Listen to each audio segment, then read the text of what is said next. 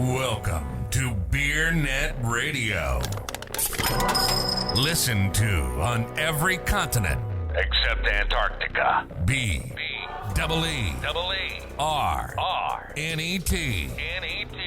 Beer. Beer Net Radio. Yo, hold on. Oh, what a day. Are you driving? Like literally driving? No, I had to charge anyway, so I pulled over. But I brought my mic. Brought your mic. Yeah, it is a you-know-what show of a day over here at Casa de Kirk's because our nanny called in sick. It's great because she was like, hey, Jen, I've been nauseous and I just threw up. Do you still want me to come in? No. So am I to understand that your employees aren't allowed to get sick? Because I want to take notes here. No, you can get sick. I'll just talk shit about you behind your back. Okay, good. That's good to know. I mean, yeah. I knew that anyway. So I just wanted to hear you say it, Jen. Yeah. Well, I say this, I disclaim this because, you know, the monsters may come out of their room at any moment. Oh, that's all right. The Screaming more the like, merrier, we always say on this podcast. And they're our future, Jen. Yeah, I know that's scary, man. Just scary, exactly. All right, it's Thursday afternoon. You want to talk some pricing? Yeah, that sounds like a great man. That would just juice me up. Okay, well, I have good news for you then, Jen, because we have Lance Goodridge here from IRI, and I think he's ready to talk about it with us. So I'll just I'll go in and admit him. Sounds good. And let you take it over. Ding dong, bing bong. It's like the subway, right? I use the word bing bong for coffee. So I always say, hey, where's my bing bong? And nobody knows what I'm talking about. Awesome. Hello, Lance. Hi, how are you? Good. How are you doing? Good, thanks. We're outside, which is pretty nice, sir. I'm in my car. You're in your car. I got caught halfway between San Antonio and Austin, and so I pulled over. But we have a Jen Litz Kirk who goes by Harry Schuhmacher sometimes, and then we have Jordan Driggers who is inevitably late. He's always late to the podcast. It's that Gen Z thing. You can't. It's like I'm not Gen Z, Harry. What are you? Millennial. Oh, well, you must. I'm 31, man. You're on the bottom edge of the millennial. Yeah, you're almost Gen Z. I guess I'm pushing the top and he's pushing the bottom. So yeah. Mm-hmm. Well, thanks guys for being on and Jen. Yep. I think you're ready to talk about pricing, aren't you? I'm ready, Lance. So welcome to the show, Lance. I believe you're Executive Global Analytics and Consulting for IRI. Is that correct? That is correct. Awesome. And you just authored a report on one of the most timely subjects there is, right?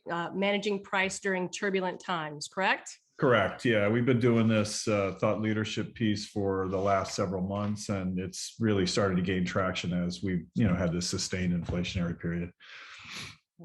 Is there anything, obviously we're in the beer industry. So are there any sort of top level points you can summarize from the latest that are salient to beer or general CPG? I would say overall that probably there's been less pricing being taken in beer than we've seen for other categories across the store.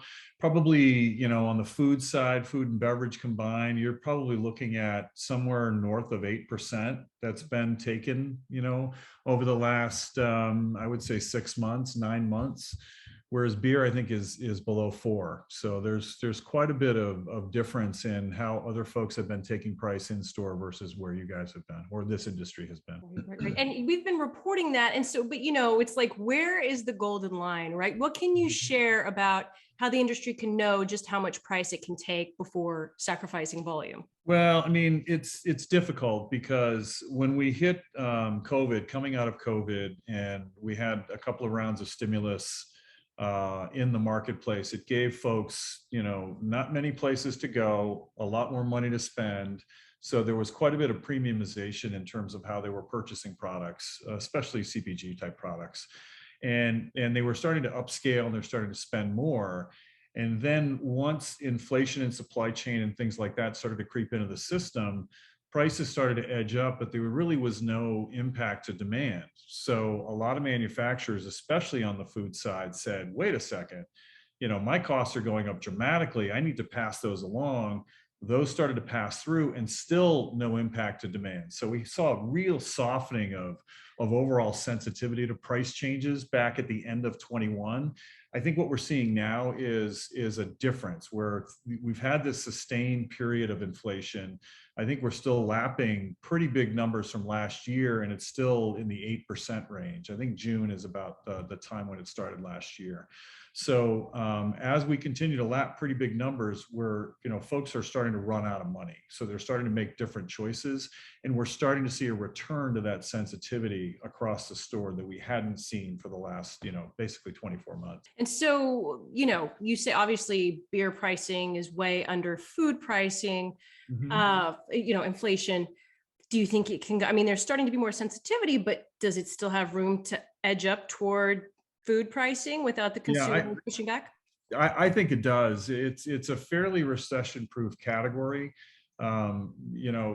Beer, alcohol, beer, spirits, wine, they all do quite well during recession and during high inflation. Now, there will be some trading, different pack sizes, different, segments of, value versus mainstream and channels, for instance, will change. But overall consumption remains pretty strong through these stressful times, and alcohol is something that folks turn to during the stressful times. It does pretty well during recession, so I'm actually surprised that prices haven't gone up a bit more than they have so far.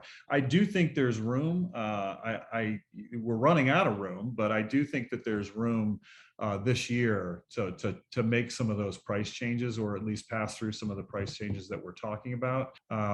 Getting into next year, it's a different ball game. I think the fact that everything is going up, it's this recession's or this inflation period is a bit unique because everything has gone up.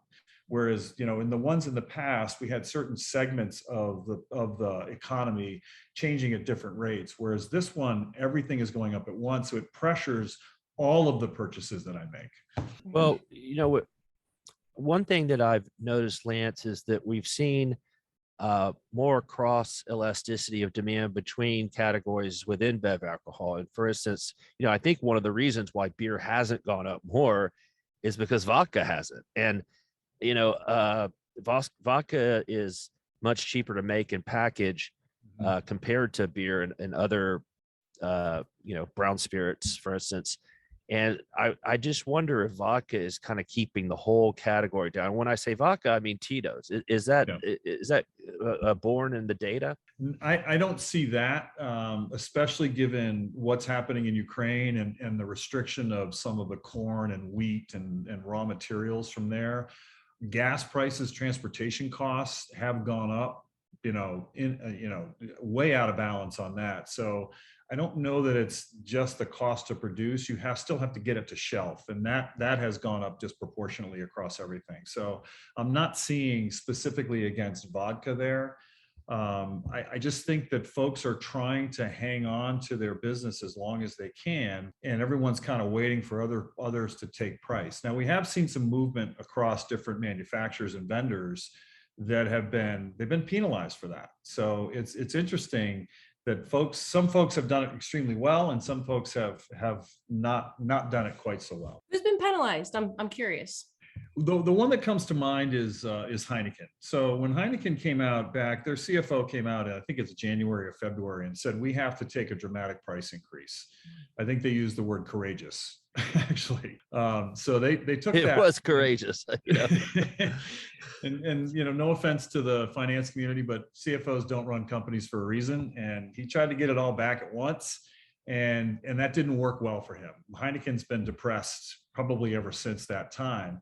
And then you contrast that to someone like Constellation, where Modelo and Corona have taken smaller increases over time, but really supported with media and messaging and packaging and innovation, which really softens kind of the blow of those price increases and gives consumers a reason to stick with the brand, versus just this abrupt change in price. Well, what am I paying for? It just went up. The cost just went up. There's no reason to stay with the brand when that. So you brought up Constellation, and obviously we've been covering that they have been on the much lower end of beer taking price, right? 1% to 2%. Do you think though that they're maybe leaving a little bit of money on the table by not meeting the rest of the industry's price level? I don't think so, because both their dollars and their volume have continued to rise. And, you know, typically when you take price, what you want to do is you want to minimize the volume loss, but gain dollars. And they've been able to continue to do both. Is there money left on the table? Yeah, there probably is some money left on the table, but they're being very cautious about edging their way into covering their costs. I don't know what their costs are. I don't know what their position is relative to other manufacturers. I would guess that it's pretty strong given their global footprint. But I do think there's room. I don't know how much room that is, but cautious is better, I think, for them, especially in this competitive environment. One more for me, and then I'll stop hogging the questions. Obviously, we're about to go into July 4th weekend for beer, and you know, BevAlc, that's a big sort of discount and promotion period. But do you have any tips for how brewers, how and when they can discount and promote without running into the $5 footlong phenomenon, right? Like, oops, we can't get back up because the consumer's used to this price point or this discount, right? Yeah, the part of the increase that we saw during the COVID period for sure in 2020 and probably the first half of 21 was a lack of promotion. So basically, in the absence of promotion, we allowed those prices to float, and they went north a little bit. I think promotions overall across the store were down about 25%, which is a pretty big deal. I mean, you know, I've been analyzing price promo work for a long time, and to see that kind of reduction, it's great for a modeler because you get to see all the different variation. But you know, I think now when folks are realizing that volume is impacted by some of these price increases, they're going to have to come back with a promotion strategy that makes sense for their brand. We have to give consumers a reason to stay with our brand and stay with the outlet in which they're buying our brand. You know, you don't want them to switch to a cheaper pack, a cheaper brand, or a cheaper channel. We want to maintain that as much as possible, and giving them a vehicle to do that. You know, marketing and messaging and innovation is part of it, but promotion has to be a big part of it as well. My fear and caution about promotion is that everyone's going to be vying for the same space in the second half of the year. So getting with your retail partners and making sure that you've got your objectives locked in is going to be extremely important, because CSDs are coming for that space, water's coming for that space, seltzer's coming for that space. Even, you know, non-beverage categories are going to be looking for that space as well. So I think the competition is going to heat up for that, because everybody's going to be looking to preserve volume in the second half. Right. And that was one of the things that drew me to your report. When I first saw it, I was shocked at how promotion, because I've been in the business for over 20 years and I've never seen that level of depressed promotion, which makes sense because they didn't have any product to sell anyway. And that was one of my complaints in 2020 and 21 was like, why are we promoting this stuff? You know, we're placing ads against empty shelves. And I think the industry kind of woke up to that, not that because of what I said. It started with social distancing. So you couldn't have stuff in the aisle. And then all of a sudden, nobody had any product. So then they said, wait a second, maybe we can back off this a little bit. And that's kind of right. Because listen, the VP of sales at big beer companies, you don't they won't stop until you tell them to stop. They will promote anything. and it's like you're promoting 18-pack you know, Coors Light, and there aren't any. And so it was kind of it was very frustrating for distributors and retailers. And I think they kind of a little slow on the uptake, but they finally realized it. They cut promotions to the bare bones, led by AB and Constellation. And you're right. I think now it's becoming more competitive. We're done with the spring sets. Now everybody's looking to win the summer, as they say. And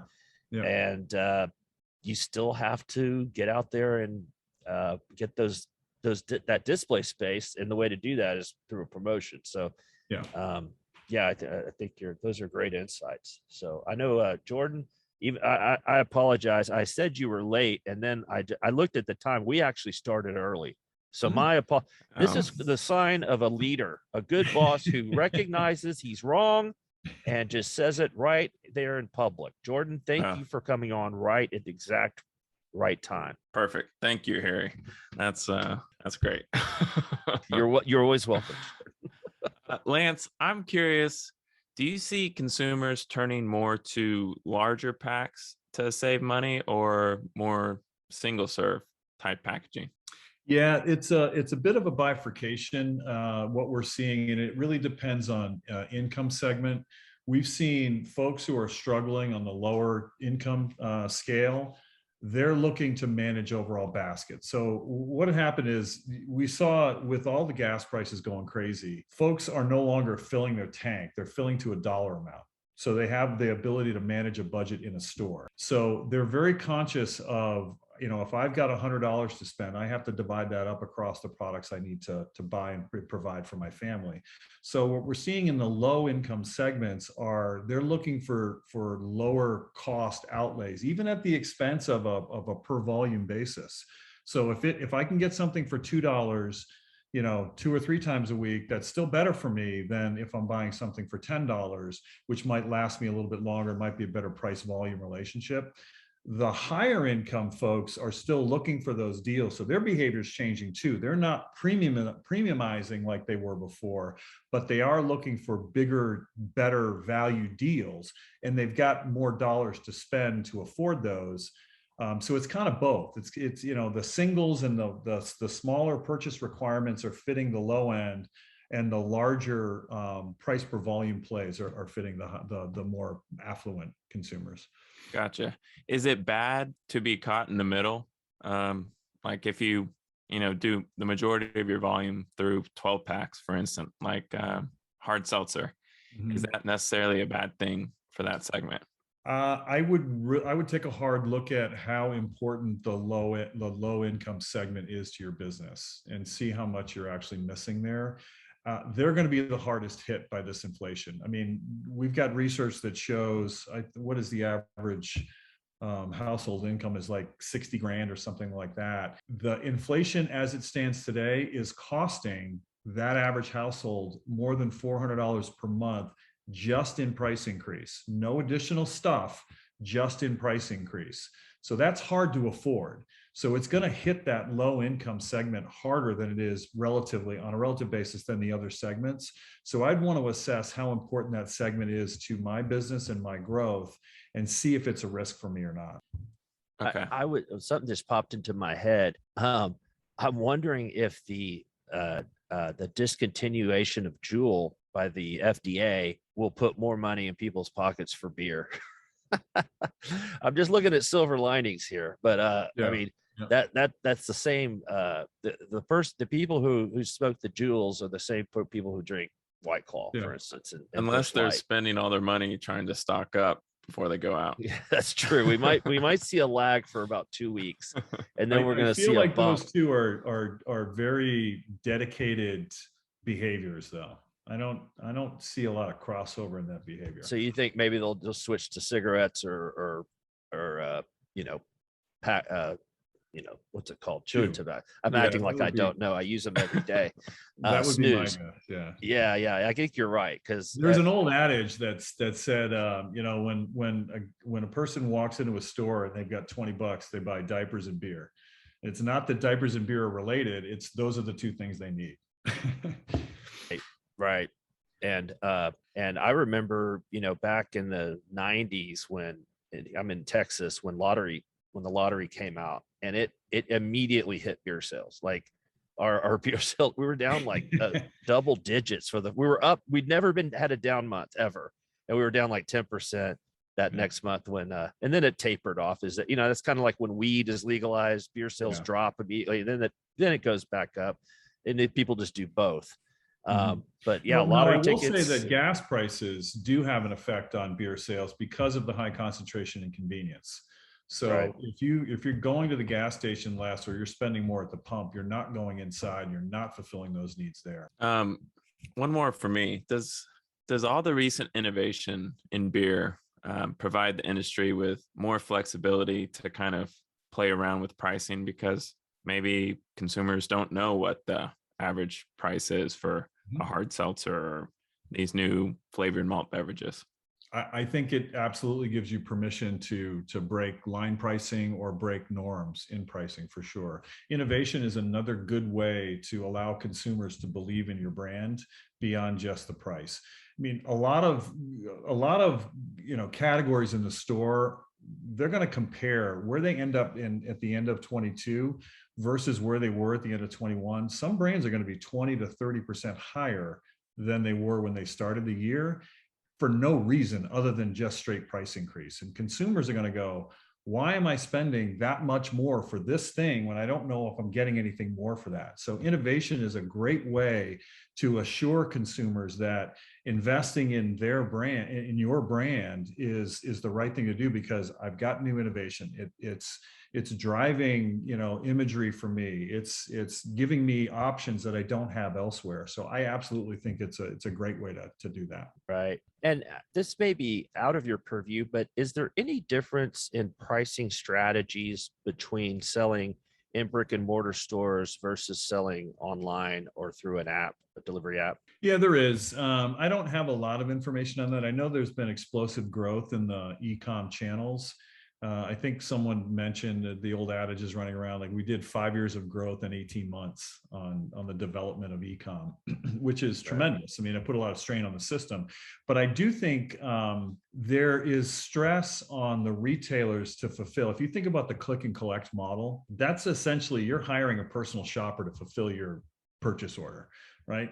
That's not a sustainable model. You can't continue to hire people to go in and shop for you and then put that in your trunk. So that means, how am I going to fulfill that order more efficiently? I'm either going to go direct, or I'm going to start to move those sales out of the brick and mortar into DCs, or where I can use robots and drones and things like that. But then you're pulling them out of the retail set. So part of the value of getting them into the store is you want the visibility of them to see other products. You want them to comparison. You want them to impulse. You want to do all those things. So I think they're at a bit of a crossroads. I think e-com overall represents somewhere around 15 to 17% of sales, I want to say. There are aspirations to get that to 25% in the next couple of years, but they're going to need a different fulfillment model to be able to do that. Right. That makes sense. And yeah, and for BevAlc, it's much lower. It's like 5%, just because of the laws. And and a lot of people just don't even know it's legal. And one thing that I've noticed when I do click and pick up is that, like this, say I want puff Cheetos. And I go to HEB, they will inevitably substitute their private label puff Cheetos for that, saying that they don't have it, which I think is bullshit. Everybody has puff Cheetos always.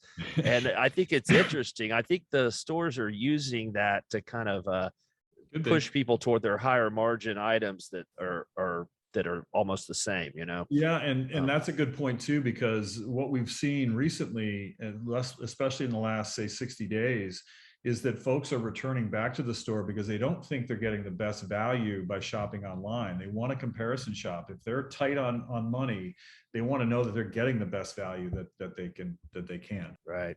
It makes sense. Well, go ahead, Jen. One more from me. We're all talking about e-com tends to be a more premium shopper in BevAlc because there's markups, that sort of thing. We talk about premiumization. Why haven't we seen a bigger return to economy brands, considering, you just said $400 more to sort of the average household? I think it's coming. I think people are eroding savings that they built up over the last 18 months. Savings were at an all-time high as we hit the end of 21. Credit card was at an all-time low. Now those have flipped. We've eroded savings. Our credit card debt's gone up. The cost of money has gone up through the Fed interest rates. So mortgages and car loans and all the things that we took out last year when we had that extra money, they're costing us more now. Defaults are way up. So I think you're seeing an erosion of available disposable income, and you're going to see a much faster switch to that value segment. And lastly, can we draw some similarities from the 2008 recession? Because it seems like we're gliding into kind of a similar situation there. Yeah, even if we're not in a recession, we're in sustained high inflation. So the behaviors are quite similar.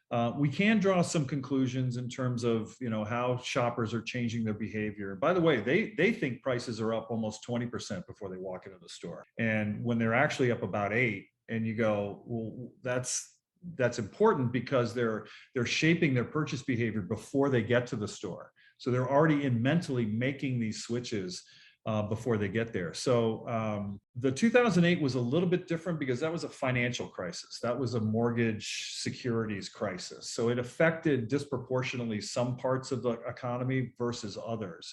Whereas this one is affecting everybody and disproportionately on the gas and oil, which is rippling through delivery and transportation and supply chain, et cetera.